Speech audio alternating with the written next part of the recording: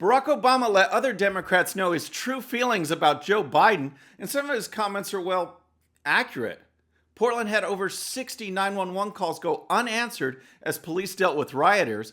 Plus, Chuck Schumer and Nancy Pelosi are in a meltdown over the U.S. Postal Service. All that and more. I'm Bobby Eberle. This is a 13-minute news hour. And God bless the United States of America.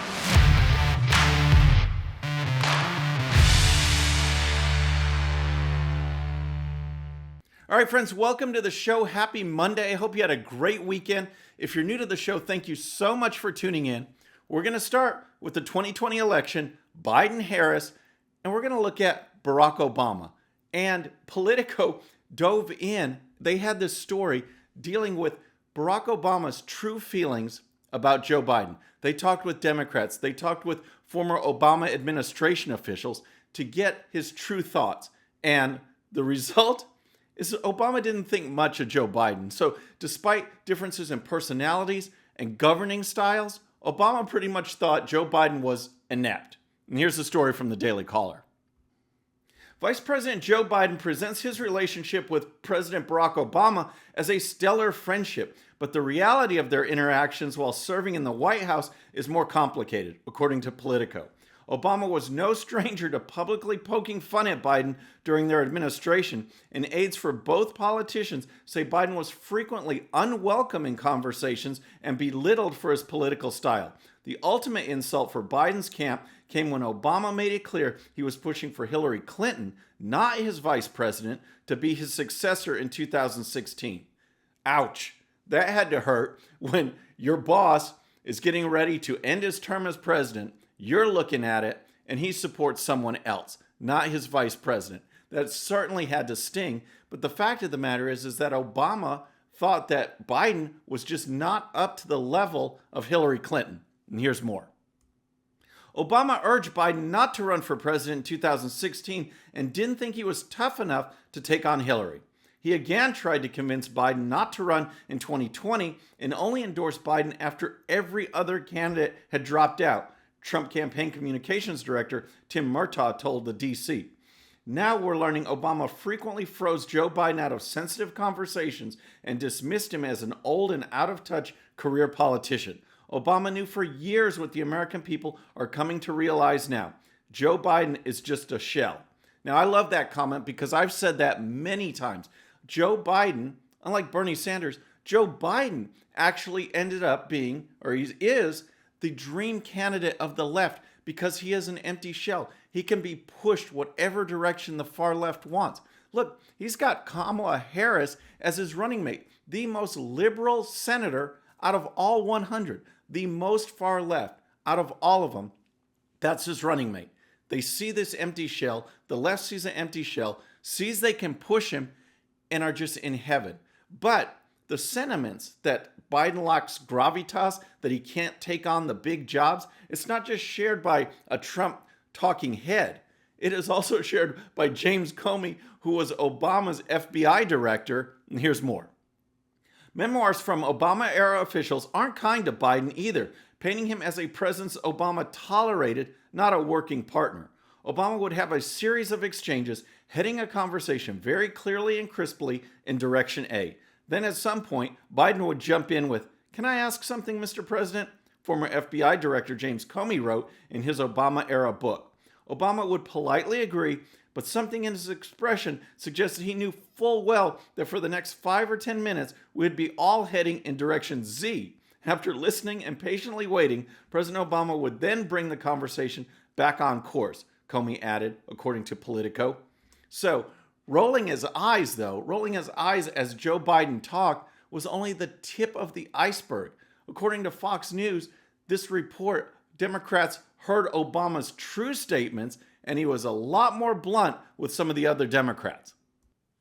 Don't underestimate Joe's ability to F things up. One Democrat who spoke to the former president recalled him saying, when lamenting his own diminishing relationship with the current Democrat electorate, particularly in Iowa, Obama reportedly told one 2020 candidate, and you know who really doesn't have it? Joe Biden. Wow. And this is the guy that Obama is now endorsing. This is the guy the Democrats are rallying behind. It is outrageous.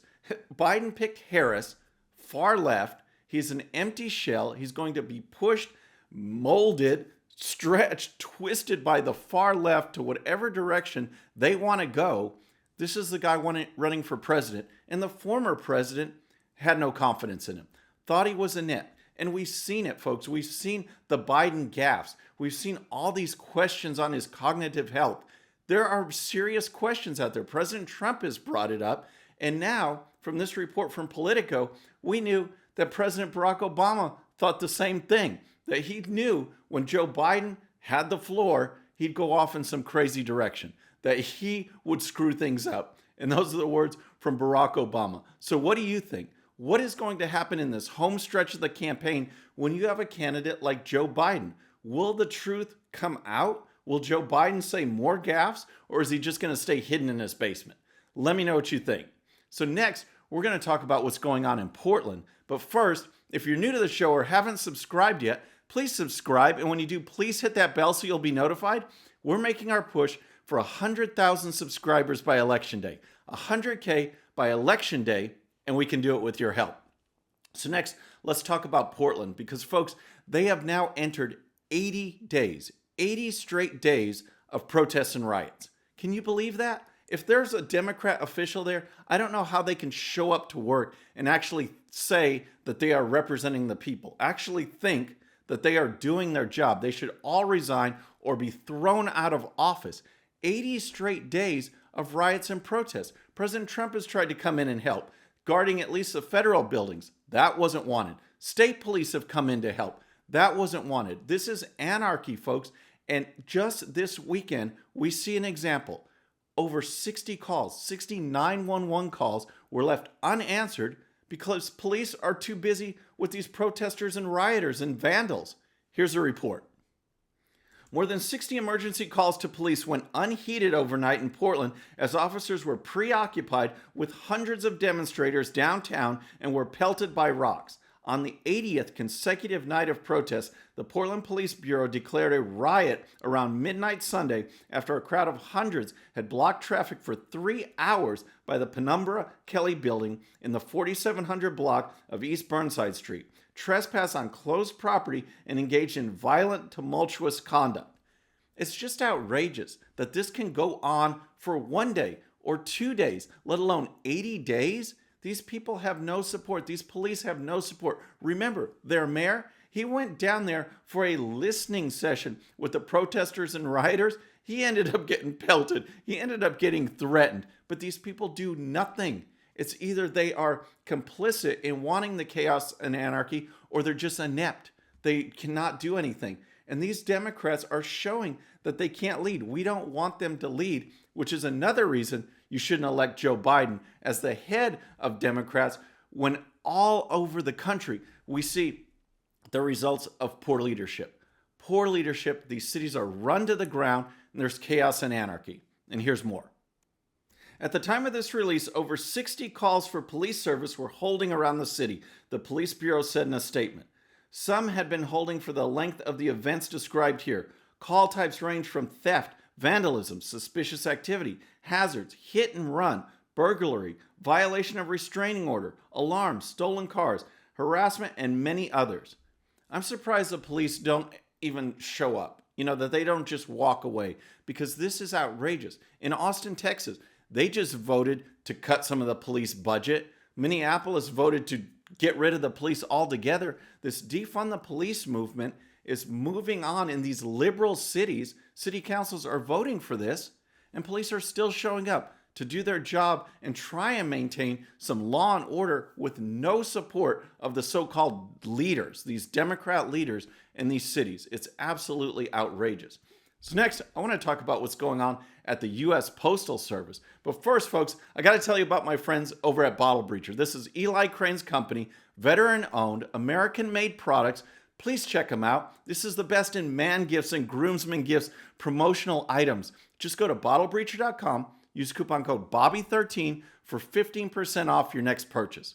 All right, we need to talk about this coronavirus relief bill and how it is now centering around the U.S. Postal Service because Chuck Schumer and Nancy Pelosi are in a meltdown because they think President Trump is out to get them, that he is doing some strange and crazy things with the U.S. Postal Service. In the meantime, they are pushing for this mass mail-out voting thing where ballots are going to be mailed to everybody. And they want the U.S. Postal Service to be able to handle it. But we've already seen recent examples where we know they can't.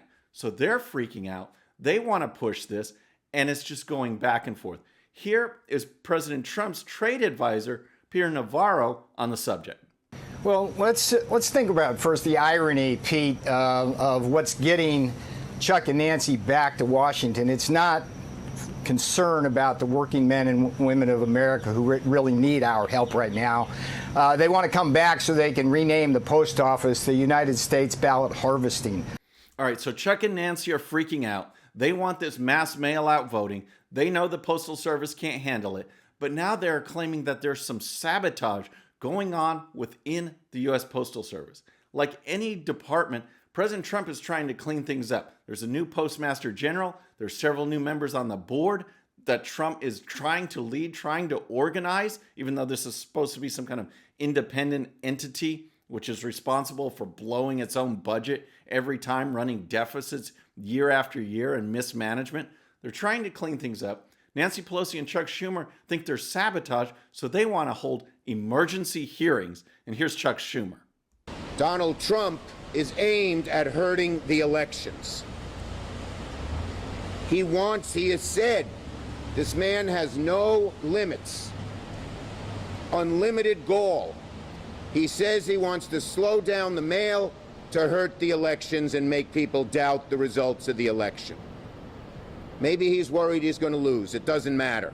Yep, so Schumer's going after President Trump because, again, he thinks that the plot is to bring down the U.S. Postal Service so that mail-in voting will fail, even though mail-in voting, as we've seen in these larger examples, is failing on its own. We see the fraud. We see what's going to happen. Plus, this whole concept that you just mail out to everybody is bogus because we know these voter rolls aren't accurate. Absentee voting is totally different, where you make an application where they verify that you're registered and then they send you a ballot. But again, people are saying masks are safe. We can go out. We should all wear masks because it's safe. If that's the case, then you can wait in a line, socially distanced, and vote in person. But then Schumer turned his wrath not just to President Trump, but to someone else as well. But it's now being 100% undermined by the Postmaster General, a political hack appointee of Donald Trump. Donald Trump is undermining some of the most sacred institutions in America, and the post office is at the top of the list. So now Schumer and the Democrats are struggling. They're hurrying. They want to hold emergency hearings about the Postal Service. Nancy Pelosi and the Democrats sent out a press release organizing these emergency hearings so they can talk about the mass mail-out voting and what's going on at the U.S. Postal Service. And here's the report. The hearing will examine the sweeping operational and organizational changes at the Postal Service that experts warn could degrade delivery standards, slow the mail, and potentially impair the rights of eligible Americans to cast their votes through the mail in the upcoming November elections. The Postmaster General and top Postal Service leadership must answer to the Congress and the American people as to why they are pushing these dangerous new policies that threaten to silence the voices of millions just months before the election. There's no effort to silence everybody. You want your voice to be heard, your vote to count? Show up and vote in person. It's no more dangerous than going in and standing in line to buy groceries or waiting to buy hardware or any other goods that people line up to do, socially distancing with their masks on. If they can do that, you can vote. Coronavirus doesn't know the difference. It doesn't care what kind of line you're standing in. It's all good with coronavirus. So next, I want to talk about President Trump because he's being attacked by the media. He's being attacked by the Democrats. Everyone seems to hate him. Well, you know who doesn't hate him? A bunch of us, for one thing. But the New York City Police Union. They don't hate him. In fact, they just came out. They never endorsed. They just came out and endorsed him. And here's comments from Police Union President Pat Lynch. I cannot remember when we've ever endorsed for the office of President of the United States until now. That's how important this is. So folks, this is a big time endorsement, and it's an endorsement that you can see from the comments noticeably moved and affected President Trump. To get the endorsement, Pat, if this group of incredible men and women is mind-blowing. So of course, not everyone was happy about this, especially Democrats in New York City area. Here's a tweet from AOC. NYPD union endorses Trump. I'm sure this is part of their neighborhood outreach plan. Also, does anyone else see a potential problem with police unions, enforcement arms of the state with lethal weapons, promoting preferred candidates for office? Or is that just me? It's just you. Then there's Jamal Bowman, who is another progressive, another AOC type in New York City, just won a primary, beat an old Democrat. Here's what he put on Twitter. I'm speechless. NYC is a beautifully diverse, working-class Democratic city. The NYPD is clearly showing they are not interested in working with the people of our city. This explains their continued aggression against innocent people. It's time for dramatic change. Yeah, it is. It's time to stop electing people like this guy and AOC and Ilhan Omar and Rashida Tlaib. Stop these far lefties from getting into office and screwing everything up. Look at these cities, folks. Joe Biden is supported by Antifa. President Trump by police unions. That says it all right there. We need to get some law and order back so we can move forward, and these Democrats don't want any of that. They want the chaos, they want the anarchy, so people will live in fear, just like wearing a mask all the time, so that they will turn to the Democrats who will give up their freedom for more control. It's absolutely outrageous. We need to stand tough. We need to stand behind President Trump and definitely make sure that Joe Biden does not get elected. Folks, that's our show for today. I hope you enjoyed it. Please subscribe, and when you do, please hit that bell so you'll be notified, and we'll see you next time. I'm Bobby Eberle. This is a 13-minute news hour.